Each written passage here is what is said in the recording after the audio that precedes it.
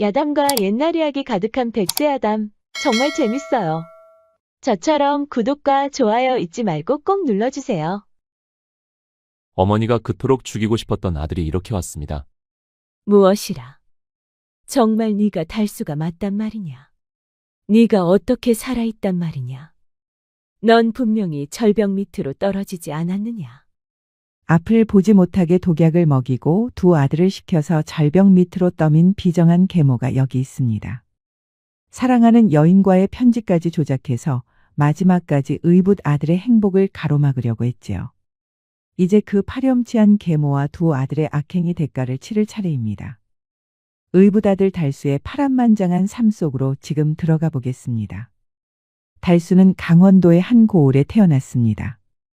어찌나 눈망울이 맑고 선한지 보는 사람마다 복을 타고났다며 칭찬이 자자했지요. 허나 달수가 걸음마를 떼기도 전에 어머니는 병을 얻어 세상을 떠나고 말았습니다. 어린 핏덩이를 두고 눈을 감는 어미의 심정은 무척이나 아팠겠지요. 그렇게 달수는 아버지 손에서 자랐습니다. 달수의 아버지는 나라의 사신을 따라 중국을 오가는 무역상이었습니다. 인삼이며 비단이며 귀한 물건을 싣고 압록강을 건너야 했으니 한 번 집을 떠나면 계절이 두어 번은 바뀌어야 돌아오곤 했지요. 어느 늦은 밤이었습니다. 내일이면 아버지가 또다시 먼 길을 떠나야 하는 날이었지요. 짐을 꾸리던 아버지가 어린 달수를 무릎에 앉히고는 품에서 무언가를 꺼내 들었습니다. 대나무로 깎아 만든 손때가 묻어 반질반질한 퉁소였습니다. 달수야, 이것을 받아라. 아버지는 달수의 작은 손에 퉁소를 쥐어주며 말했습니다. 아비가 보고 싶거나 마음이 울적할 때면 이 퉁소를 불거라. 네 어미가 살아생전 좋아하던 가락이 있는데 내 너에게만 알려주마. 아버지는 달수의 손을 잡고 퉁소 구멍을 하나하나 막아가며 구슬프고도 아름다운 가락을 가르쳐 주었습니다. 밤바람에 실려 퍼지는 그 소리가 어찌나 애달픈지 마당에 서 있던 오동나무 잎사귀들도 숨을 죽이고 듣는 듯했습니다. 그렇게 아버지가 떠나고 얼마 지나지 않아 집안에는 새로운 안주인이 들어왔습니다. 집안 살림을 돌봐줄 사람이 필요하다는 친척들의 성화에 아버지가 재혼을 하셨지요. 새어머니는 달수보다 나이가 많은 아들 둘을 데리고 들어왔습니다. 처음에는 아버지 눈치가 보여 달수에게 밥도 챙겨주고 옷도 기워주는 척했습니다. 허나 아버지가 중국으로 떠나자 계모는 본색을 드러내기 시작했지요. 어미 잡아먹은 자식이라더니 꼴도 보기 싫구나. 계모는 달수에게 따뜻한 밥 한 끼 제대로 주는 법이 없었습니다. 추운 겨울에도 혹겹 옷 하나로 버티게 하고 자신의 친자식인 두 아들이 따뜻한 아랫목에서 뒹굴 때 달수는 쇠죽 끓이는 부엌 구석에서 쪼그려 잠을 청해야 했지요. 데려온 두 형들도 매정하기는 마찬가지였습니다. 야, 밥값은 해야지. 가서 나무 해와. 형들은 달수를 머슴 부리듯 했습니다. 지게 질 줄도 모르는 아이 등 떠밀어 산으로 보내고 해가 져서 돌아오면 나무가 적다며 매질을 해댔습니다. 달수가 의지할 곳은 오직 아버지가 주신 퉁소뿐이었습니다. 모두가 잠든 깊은 밤 달수는 뒤뜰 장독대 뒤에 숨어 퉁소를 꺼내 들었습니다.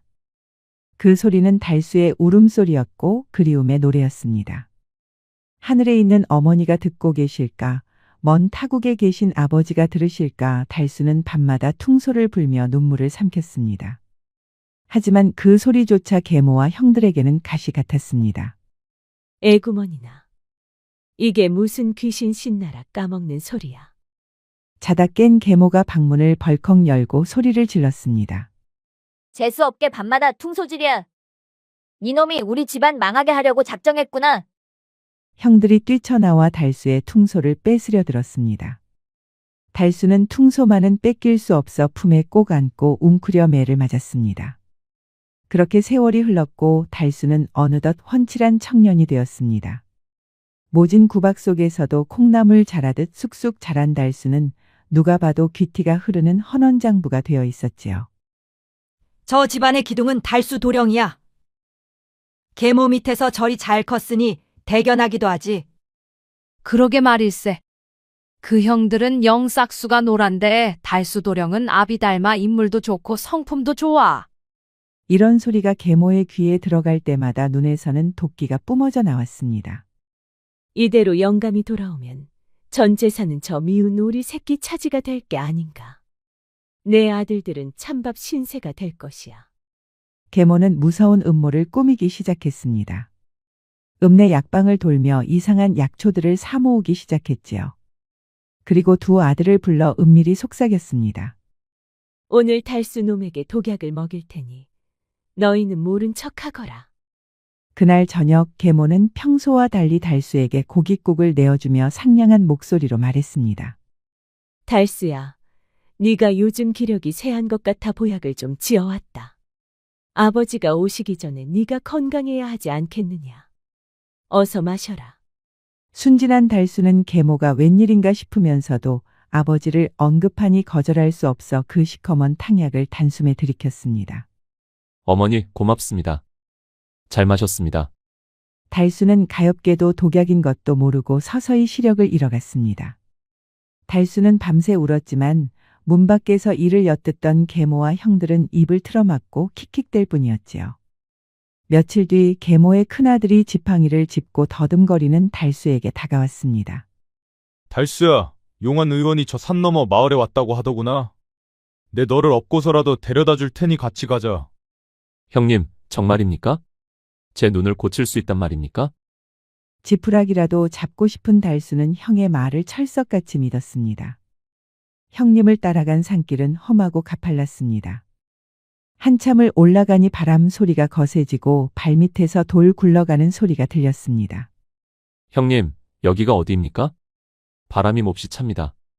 거의 다 왔다. 저기 절벽 위에 신령한 약초가 있는데 그걸 먹으면 눈이 번쩍 뜨인다더구나. 자, 저기 끝에 가서 서보거라.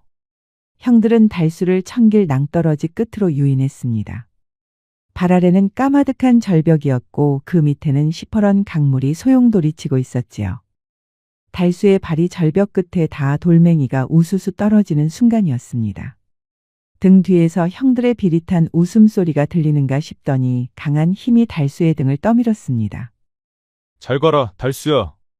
아버지 재산은 다 우리 거다. 비명조차 짧았습니다. 달수의 몸은 허공으로 붕 떴다가 까마득한 절벽 아래로 추락하고 말았습니다.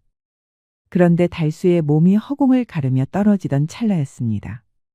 절벽 중간 즈음에 빽빽하게 자라난 대나무 숲이 달수의 몸을 받아낸 것이었습니다.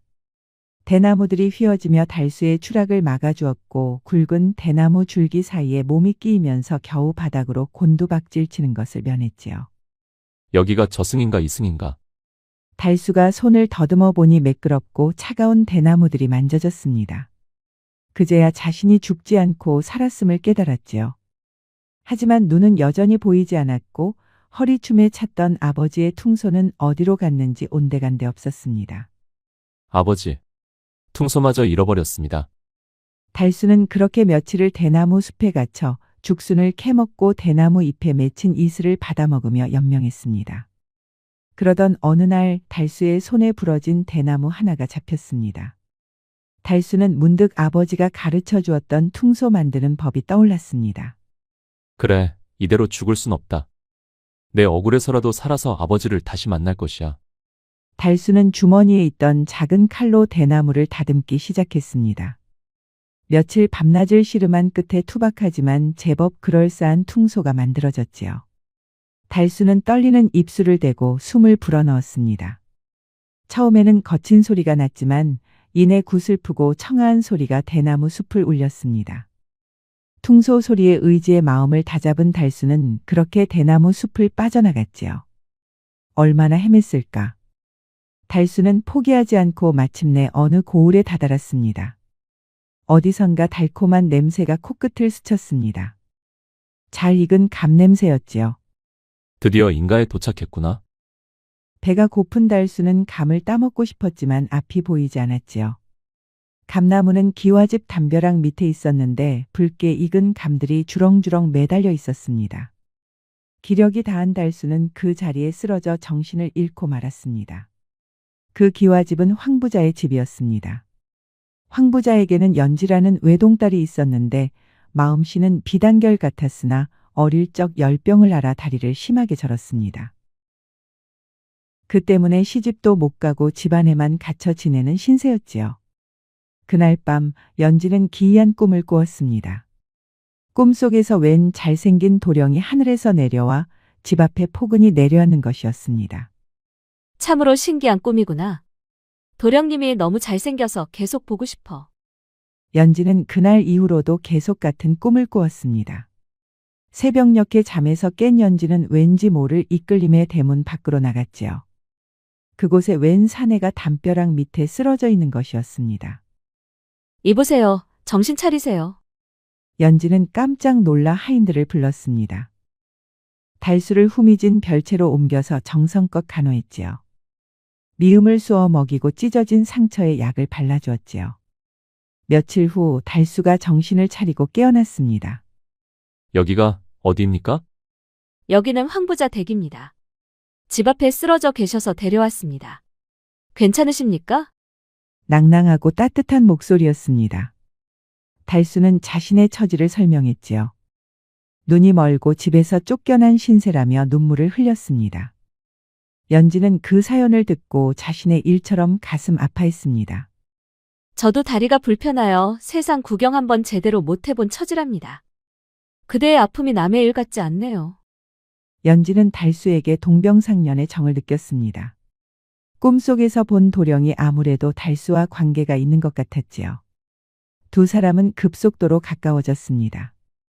연지는 달수에게 세상을 보여주는 눈이 되어 주었고 달수는 연지에게 세상을 들려주는 귀가 되어 주었습니다. 달수야, 저기 담장에 핀 꽃이 참 곱지. 붉은색이 꼭 달수의 마음 같아.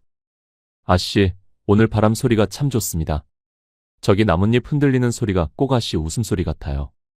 달수는 감사의 뜻으로 매일 밤 연지를 위해 퉁소를 불어주었습니다. 달수의 퉁소 소리는 연지의 외로움을 씻어주고 아픈 다리에 고통마저 잊게 해주었습니다. 연지는 달수의 등에 엎여 마당을 거닐기도 했습니다. 달수야, 내가 무겁지 않니? 천만에요. 아씨는 깃털처럼 가볍습니다. 제 다리가 튼튼하니 언제든 말씀만 하십시오. 대신 내가 달수의 눈이 되어줄게. 우리 서로 부족한 것을 채워주며 살자. 두 사람은 그렇게 서로의 결핍을 채워주며 깊은 사랑에 빠졌습니다.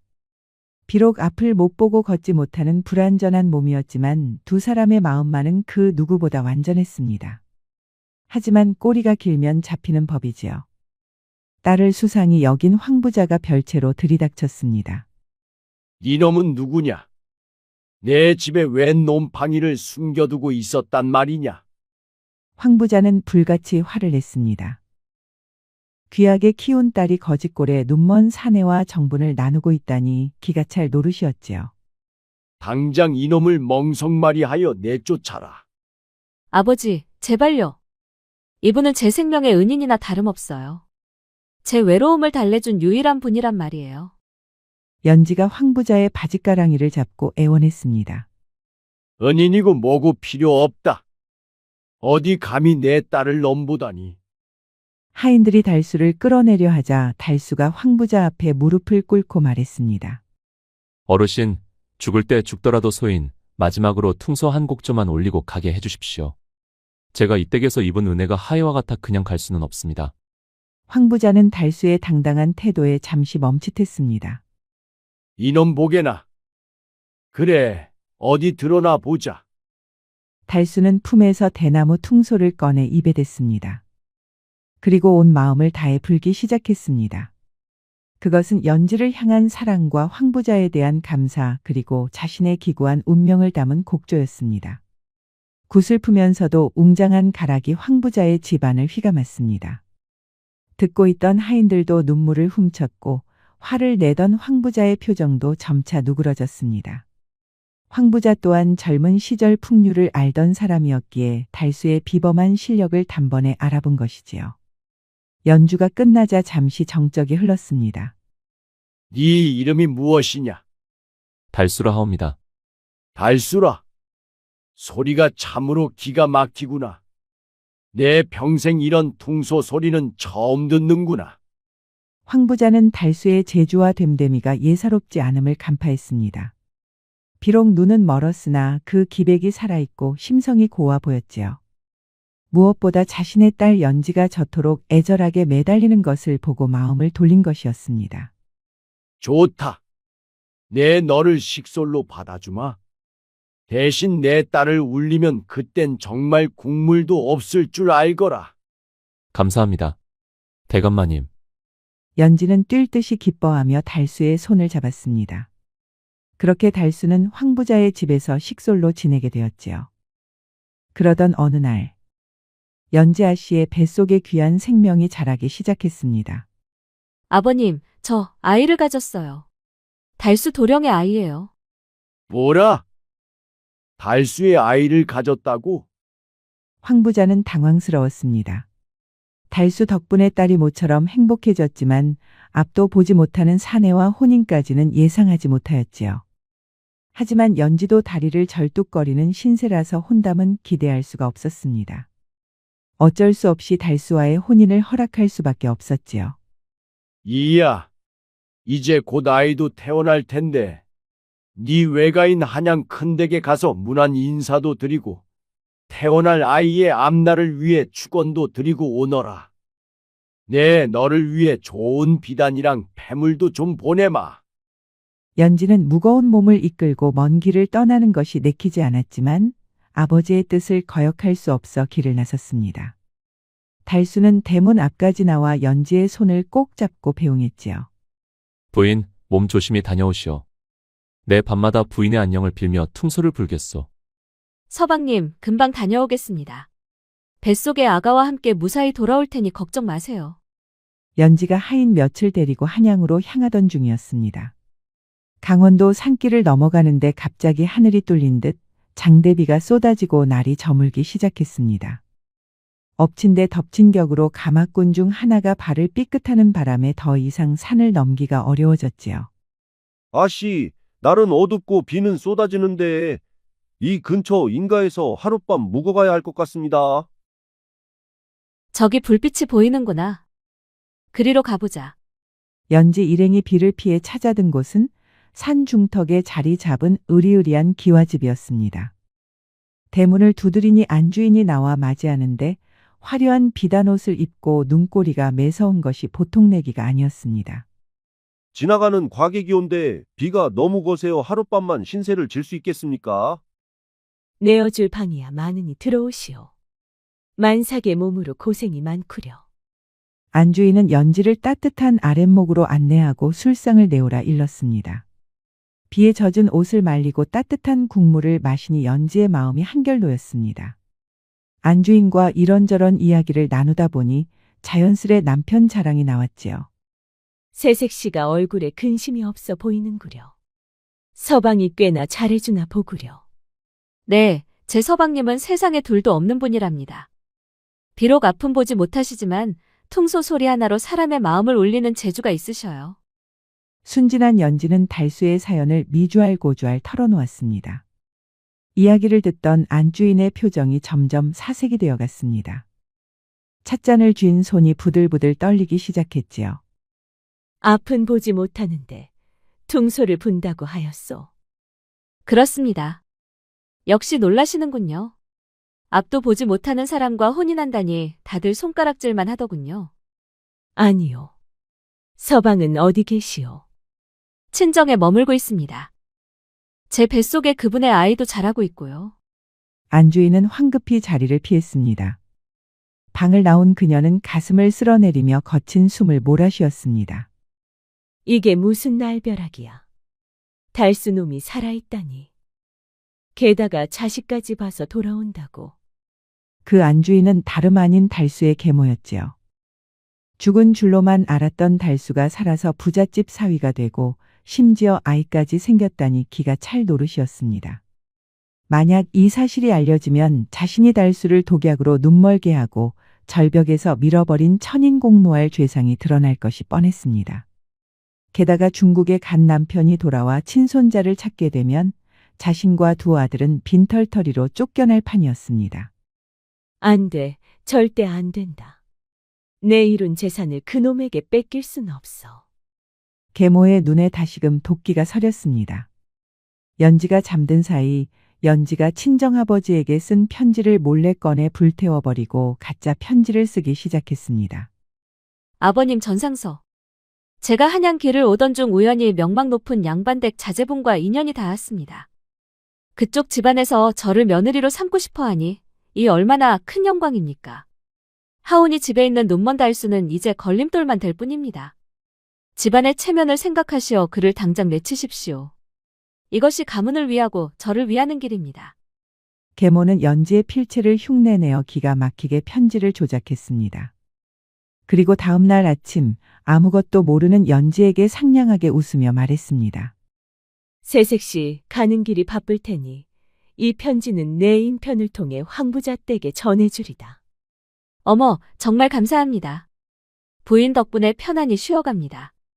연지는 계모에게 몇 번이고 고개를 숙여 인사하고는 다시 길을 떠났습니다. 며칠 뒤 황부자의 집에 편지 한 통이 당도했습니다. 편지를 읽어 내려가던 황부자의 손이 부들부들 떨렸습니다.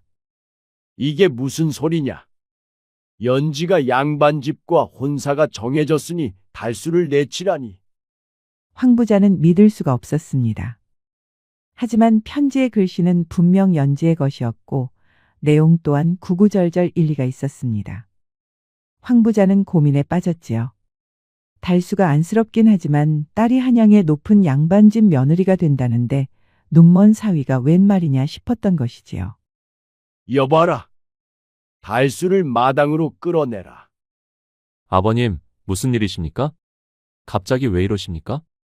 영문도 모른 채 끌려나온 달수가 당황하여 물었습니다. 황부자는 차마 달수의 얼굴을 똑바로 보지 못하고 고개를 돌린 채 소리쳤습니다.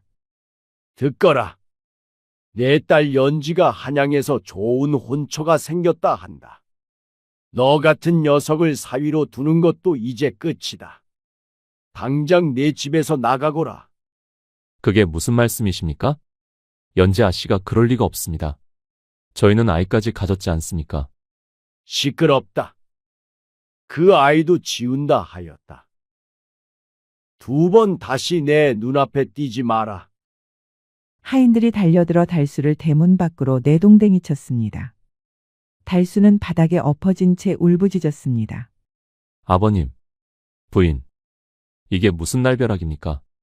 제 말을 좀 들어보십시오. 하지만 대문은 굳게 닫혔고 안에서는 빗장 지르는 소리만 차갑게 들려왔습니다. 달수는 대문 앞에 엎드려 밤새도록 빌고 또 빌었지만 아무런 대답도 들을 수 없었습니다. 그렇게 달수는 하루아침에 쫓겨나 또다시 거짓 신세가 되었지요.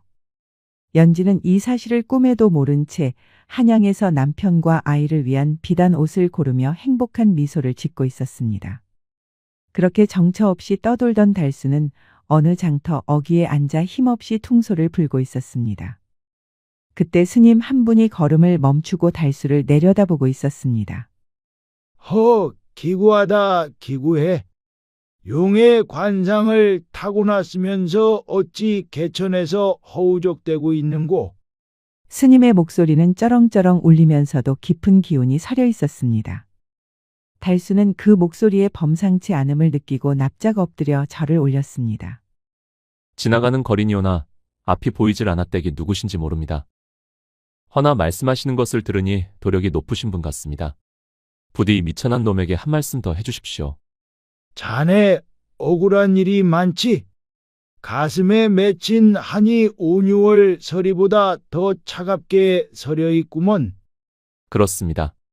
억울하게 눈을 잃고 가족을 잃고 이제는 목숨만 간신히 부지하고 있습니다. 스님은 달수의 얼굴을 찬찬히 뜯어보더니 들고 있던 지팡이로 땅을 쿵 찍으며 말했습니다.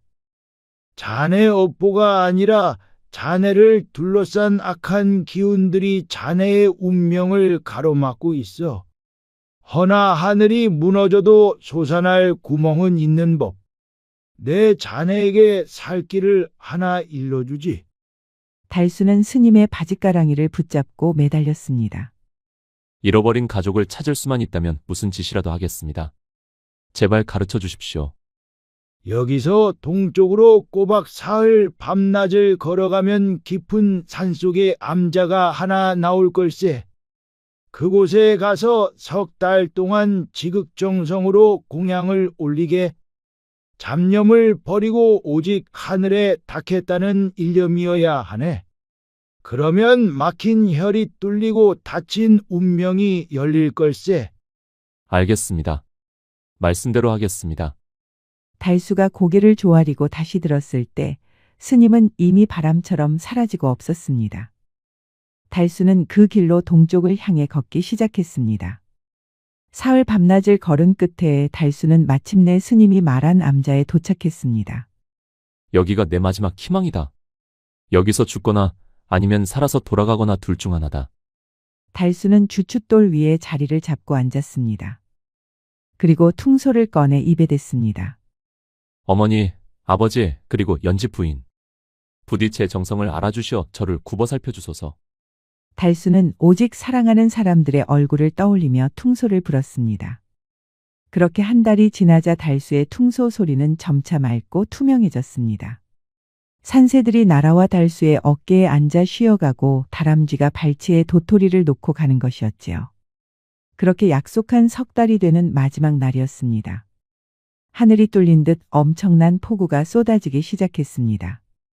달수는 비에 흠뻑 젖은 채 마지막 힘을 다해 퉁소를 불었습니다. 오늘이 마지막이로구나. 그때였습니다. 너무 힘을 준 나머지 손이 미끄러지며 퉁소가 굴러가더니 절터 옆 계곡물 속으로 퐁당 빠져버리고 말았습니다. 아이고, 내 퉁소. 내 생명줄. 달수는 기겁을 하며 퉁소를 잡으려고 엎드려 손을 휘저었습니다. 물살이 거세어 자칫하면 퉁소가 떠내려갈 판이었지요. 손끝에 딱딱한 대나무의 감촉이 느껴진 그때 퉁소를 꽉 쥐는 순간 번쩍하는 강렬한 섬광이 달수의 눈앞을 때렸습니다. 달수는 강렬한 빛의 비명을 지르며 뒤로 나자빠졌습니다. 그런데 이게 무슨 일인지 칠흑 같던 어둠이 걷히고 흐릿하게 무언가가 보이기 시작하는 것이었습니다. 보인다. 앞이 보인다. 달수는 믿을 수가 없어 자신의 눈을 비비고 또 비볐습니다.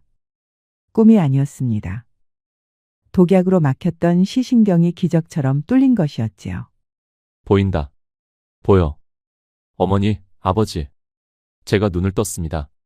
달수는 미친 듯이 춤을 추며 소리를 질렀습니다. 세상을 다시 본다는 기쁨에 겨워 울다가 웃다가를 반복했지요.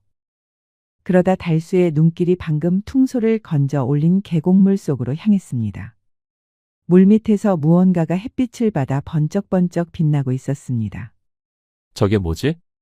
달수는 홀린 듯이 물가로 다가가 자세히 들여다보았습니다. 물바닥에 깔려있는 것은 돌멩이가 아니라 바로 누런 황금 덩어리들이었지요. 하나도 아니고 수십, 수백 개의 금괴가 물살에 씻겨 찬란한 빛을 뿜어내고 있었습니다. 이게 다 뭐란 말이냐? 금이다. 황금이야. 더 놀라운 것은 바로 암자였습니다. 달수가 고개를 들자 새까맣게 타들어간 절이 있는 것이었습니다. 그동안 달수는 멀쩡한 암자가 아니라 시커멓게 터만 남은 폐허에서 공양을 한 것이었습니다.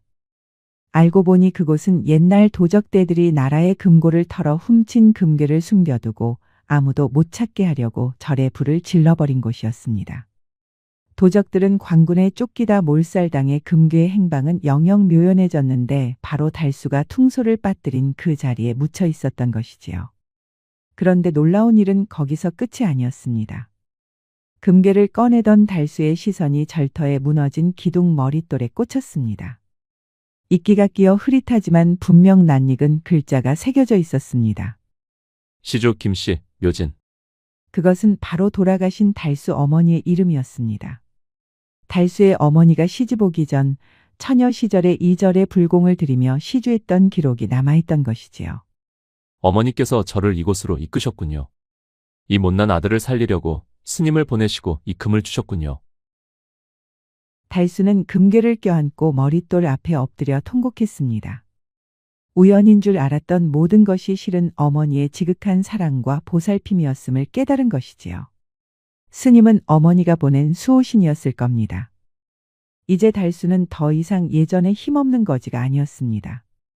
두 눈은 샛별처럼 빛나고 발밑에는 세상을 호령할 수 있는 막대한 재물이 놓여 있었습니다. 어머니, 감사합니다. 이 금으로 반드시 다시 일어서겠습니다. 그리고 나를 이렇게 만든 그들에게 똑똑히 갚아주겠습니다. 산을 내려가는 달수의 발걸음은 호랑이처럼 힘찼습니다. 달수는 금괴 중 상당량을 팔아 목수와 석공들을 불러 모았습니다. 그리고 검게 탄 절터 자리에 다시금 웅장한 암자를 지으라 명했습니다. 여기 어머니의 명복을 빌 수 있는 법당을 짓고 이 기둥 머릿돌은 그대로 보존하시오. 그리고 금으로 불상을 만들어 모시되 제일 정성을 다해 주시오. 달수날이 이만한 공사면 적어도 은자천냥은 들 텐데 괜찮겠습니까? 돈은 걱정 말고 최고로 지어주시오. 이 절은 내 어머니의 넋을 기리는 곳이니 조금도 부족함이 없어야 하오. 목수들은 이 젊은 양반이 어디서 이런 큰 돈이 생겼는지 의아했지만 그만한 품삯을 준다니 마다할 사람이 없었지요. 석 달 만에 새 암자가 우뚝 서올랐습니다. 푸른 기와가 햇살에 반짝이고 금빛 불상이 자비로운 미소를 머금고 있었지요. 달수는 어머니의 위패를 모시고 날마다 향을 피우며 퉁소를 불어 공양을 올렸습니다. 어머니, 이 못난 자식을 보살펴 주셨습니다. 부디 편히 쉬소서. 암자를 완성한 달수는 산 아래 길목에 큰 주막을 지었습니다. 주막 앞마당에는 커다란 감나무를 심었지요. 연지를 처음 만났던 그 감나무가 생각난 것이었습니다. 달수는 솜씨 좋은 요리사를 고용하고 친절한 일꾼들을 뽑았습니다. 그리고 가난한 나그네에게는 공짜로 밥을 주고 잘 곳을 내어주라고 당부했지요. 내가 한때 거지였으니 그들의 아픔을 아오. 굶주린 사람에게 밥 한 끼 먹이는 것이 천금보다 귀한 법이오. 소문은 빠르게 퍼졌습니다. 달수가 재물도 많고 인심도 후하다는 이야기가 사방팔방으로 퍼져나갔지요. 오가는 상인들은 반드시 주막에 들러 하루를 묵고 갔고 지나가는 선비들도 주막의 깨끗한 방과 맛있는 음식을 칭찬했습니다. 무엇보다 사람들의 입에 오르내린 것은 밤마다 들려오는 신비로운 퉁소 소리였습니다. 달수는 저녁마다 주막 2층 난간에 앉아 퉁소를 불었는데 그 소리가 어찌나 구슬프고 아름다운지 지나가던 사람들도 걸음을 멈추고 귀를 기울이곤 했습니다. 저 소리 좀 들어보게. 마치 하늘에서 선녀가 내려와 노래하는 것 같지 않은가? 참으로 신기한 솜씨일세. 저런 퉁소 소리는 태어나서 처음 듣는구먼. 그렇게 달수는 짧은 시간에 그 지역에서 가장 유명한 거상이 되었습니다. 하지만 연지 생각만 하면 눈물이 앞을 가렸지요. 평생 앞을 보지 못하였으니 연지가 사는 곳도 찾을 수가 없었으니까요. 부인, 어디 계십니까? 제가 이렇게 다시 일어났습니다. 부디 무사하소서. 한양에 갔던 연지는 외가 친척들을 만나고 아이를 위한 물건들을 장만한 뒤 기쁜 마음으로 집으로 돌아왔습니다. 연지의 마음속에는 오직 달수와의 재회 그리고 곧 태어날 아이 생각뿐이었지요. 하지만 황부자 댁대문 앞에 도착한 연지를 맞이한 것은 냉랭한 하인들의 얼굴이었습니다. 아버지는 어디 계시냐? 아씨, 나리께서 당분간 아씨 얼굴을 보고 싶지 않다고 하셨습니다. 그게 무슨 소리냐? 무슨 일이라도 있었던 것이냐? 편지를 보내지 않으셨습니까? 한양에서 좋은 혼처를 만났으니 달수를 내쫓으라고요. 아씨께서 어찌 그러실 수가 있습니까? 달수가 아씨에게 어떻게 했는데? 연지는 기겁하고 말았지요. 무슨 소리를 하는 게야? 나는 그런 편지를 보낸 적이 없다. 서방님은 어디 계시냐? 모릅니다. 나리께서 내쫓으신 뒤로 소식이 없습니다. 연지는 울부짖었지만 황부자는 끝내 만나주지 않았습니다. 배신감과 분노에 가득 찬 황부자는 딸의 말을 믿으려 하지 않았지요. 연지는 할 수 없이 발길을 돌렸습니다. 누군가 나를 모함했구나. 대체 누가 그런 짓을? 연지는 한양 가는 길에 묵었던 그 집을 떠올렸습니다. 그리고 자신이 달수의 이야기를 했던 것이 생각났지요. 연지는 그제야 모든 것을 깨달았습니다. 그 집 아낙네가 편지라도 조작했단 말인가? 대체 왜 그런 짓을 했을까? 연지는 순간 뒤통수가 얼얼했습니다. 달수가 못된 계모와 두 아들 이야기를 한 적이 있었지요. 그 아낙네가 서방님의 계모였단 말인가? 내가 어리석었구나. 어리석었어. 연지는 무거운 몸을 이끌고 달수를 찾아 헤매기 시작했습니다. 마을마다 돌아다니며 눈먼 거지를 본 적 있느냐고 물었지요. 서방님, 어디 계세요? 제가 잘못했습니다. 제가 찾아갈 테니 조금만 기다려주세요. 그렇게 몇 달을 헤매던 어느 날 저녁이었습니다. 연지는 어느 큰 길목을 지나가고 있었지요. 해가 지고 어둠이 내리자 숙소를 찾아야 했는데 마침 앞에 커다란 주막이 보였습니다. 연지가 주막으로 다가가는데 어디선가 익숙한 소리가 들려왔습니다. 바로 퉁소 소리였지요. 이 소리는 설마? 연지는 종종 걸음으로 주막 안으로 뛰어들어갔습니다. 2층 난간을 올려다보니 한 사내가 달빛을 받으며 퉁소를 불고 있었습니다. 누가 봐도 잘생기고 늠름한 사내로 보였으나 연지는 단번에 달수라는 것을 알 수 있었지요. 서방님, 연지의 외침에 퉁소 소리가 뚝 끊겼습니다. 달수가 고개를 돌려 아래를 내려다보았지요. 부인? 정말 부인이시오? 서방님. 정말 서방님이세요? 달수는 바로 난간에서 뛰어내려 연지 앞에 가볍게 내려왔습니다. 순간 연지는 꿈속에서 보았던 도령이 떠올랐지요. 큰 눈을 가진 잘생긴 도령. 역시 그 꿈속에 나온 도령은 달수였습니다. 두 사람은 주막 마당 한가운데서 부둥켜 안고 눈물을 흘렸지요. 부인, 이게 꿈은 아니지요? 서방님, 서방님의 눈이 보이시는 거예요? 그렇소. 하늘이 도우사 눈도 뜨고 이렇게 다시 부인을 만나게 해주셨소. 두 사람은 서로의 얼굴을 어루만지며 그동안의 사연을 털어놓았습니다. 연지는 편지가 조작되었던 일을, 달수는 절터에서 눈을 뜨고 금을 발견한 일을 이야기했지요. 그리고 계모가 꾸민 음모까지 알게 되었습니다. 그날부터 연지는 주막에서 달수와 함께 살기 시작했습니다. 주막 일을 거들며 손님들을 맞이했고 달수는 더욱 열심히 일했습니다. 그리고 얼마 뒤 연지는 건강한 사내아이를 낳았습니다. 부인, 고생 많았소. 우리 아들이 이렇게 튼튼하니 얼마나 다행인지 모르겠소. 서방님 덕분입니다. 이제 우리 셋이서 행복하게 살아요. 하지만 달수의 마음 한편에는 아직 해결되지 않은 일이 남아 있었습니다. 바로 계모와 두 형에 대한 복수였지요. 달수는 연지에게 말했습니다. 부인, 나는 반드시 그들에게 죗값을 받아내야 하오. 그래야 우리 아이가 떳떳하게 살 수 있어. 서방님, 솔직히 좀 무섭습니다. 혹시 또 무슨 일이 생기면 어쩌죠? 걱정 마시오. 이제는 예전의 내가 아니오. 하늘이 나를 도와 여기까지 왔으니 반드시 정의를 세우고 말 것이오. 마침 그때였습니다. 주막 일꾼 하나가 달려와 보고를 올렸습니다. 날이 저기 잘난 척하는 부자 행색의 일행셋이 왔는데 제일 좋은 방을 내놓으라며 큰 소리치고 있습니다. 그래? 어디 내가 직접 나가보겠네. 달수가 아래층으로 내려가 보니 화려한 비단옷을 입은 세 사람이 거들먹거리고 있었습니다. 달수는 그 뒷모습만 보고도 단번에 알아보았습니다. 못된 계모와 두 아들, 복동이와 만동이었습니다. 호랑이도 제 말하면 온다더니 제 발로 찾아오는구나. 달수는 입꼬리를 살짝 올리며 웃었습니다.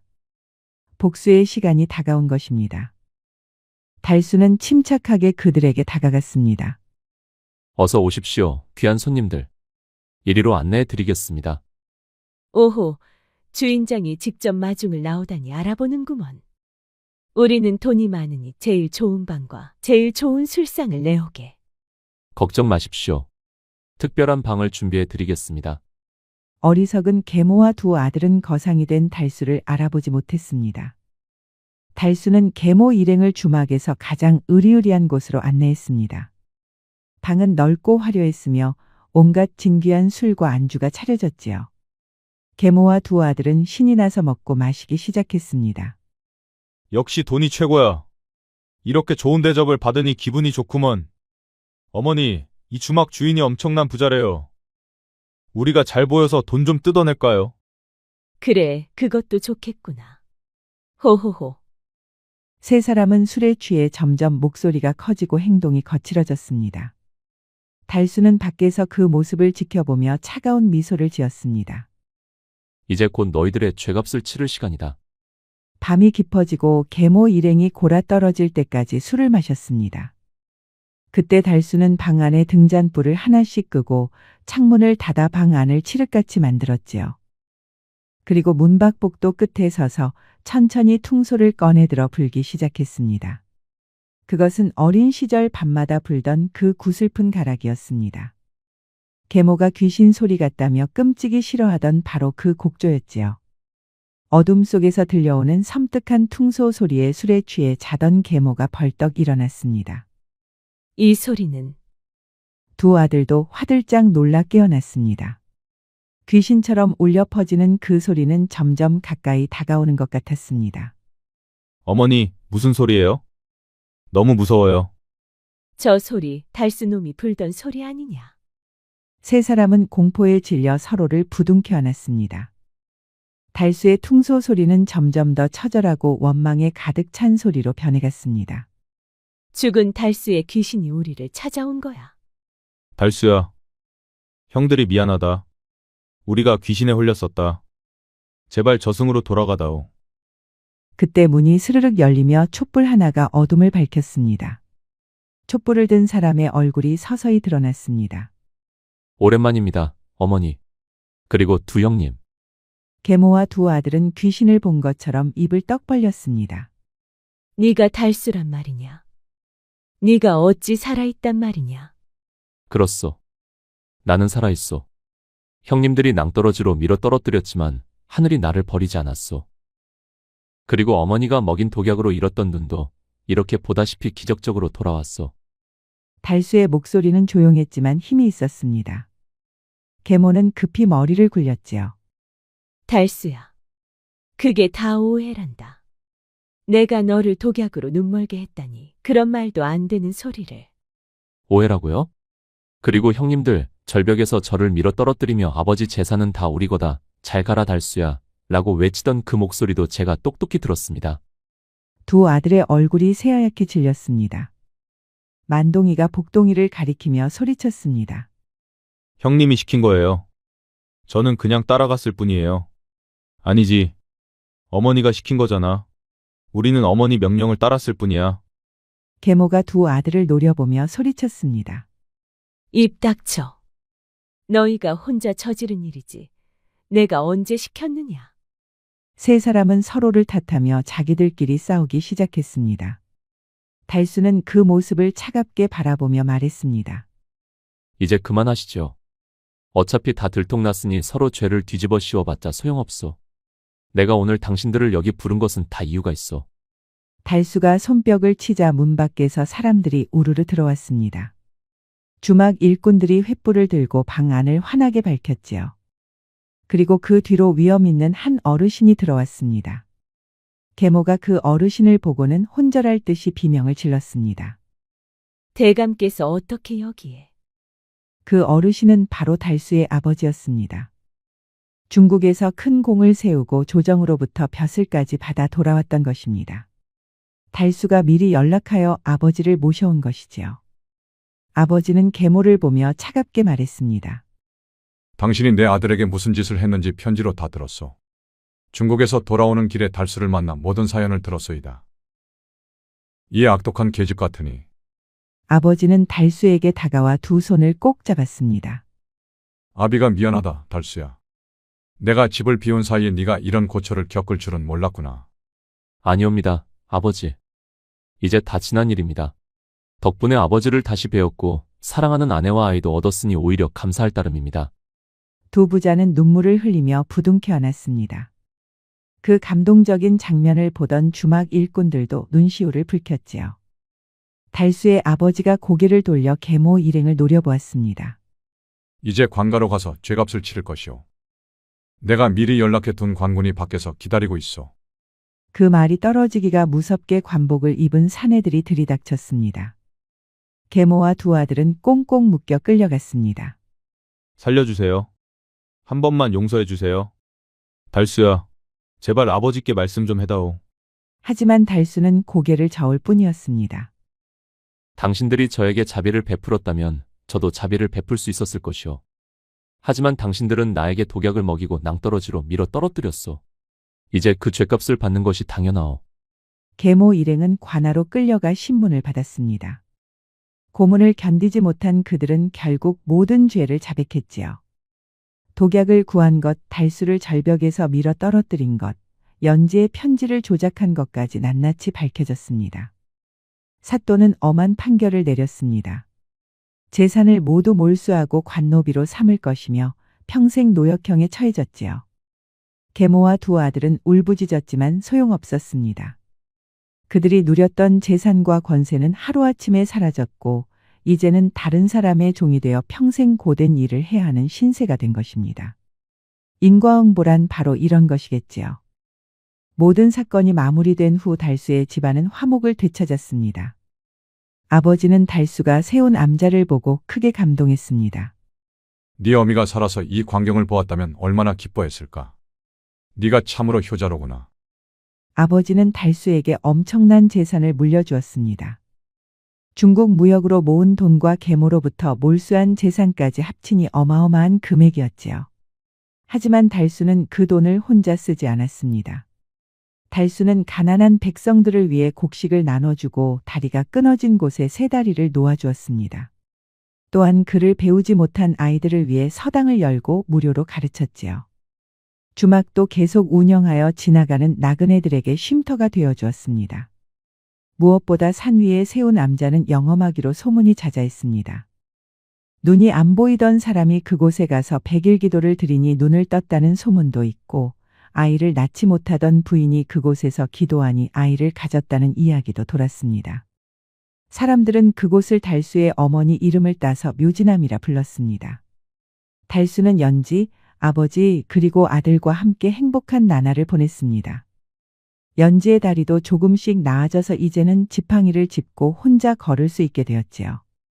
황부자도 뒤늦게 진실을 알고 달수를 찾아와 사죄했고 달수는 너그럽게 용서해 주었습니다. 어느 봄날 저녁이었습니다. 달수는 청운각 2층 난간에 앉아 퉁소를 불고 있었습니다. 연지는 아이를 안고 옆에 앉아 있었고 아버지는 마당에서 손주와 놀아주고 있었지요. 감나무에는 하얀 꽃이 만발하여 봄바람에 흩날리고 있었습니다. 부인, 행복하시오? 네, 서방님.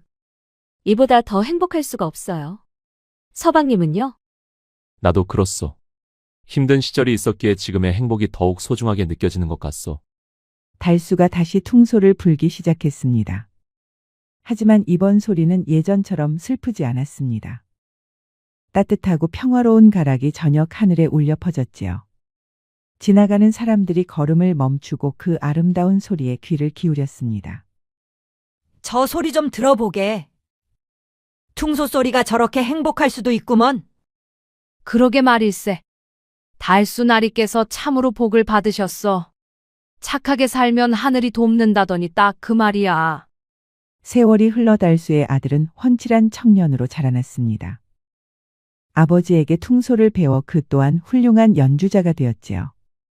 아버지가 세운 암자를 지키며 많은 사람들을 도왔고 주막도 대대로 이어져 그 고장에서 가장 유명한 주막이 되었습니다.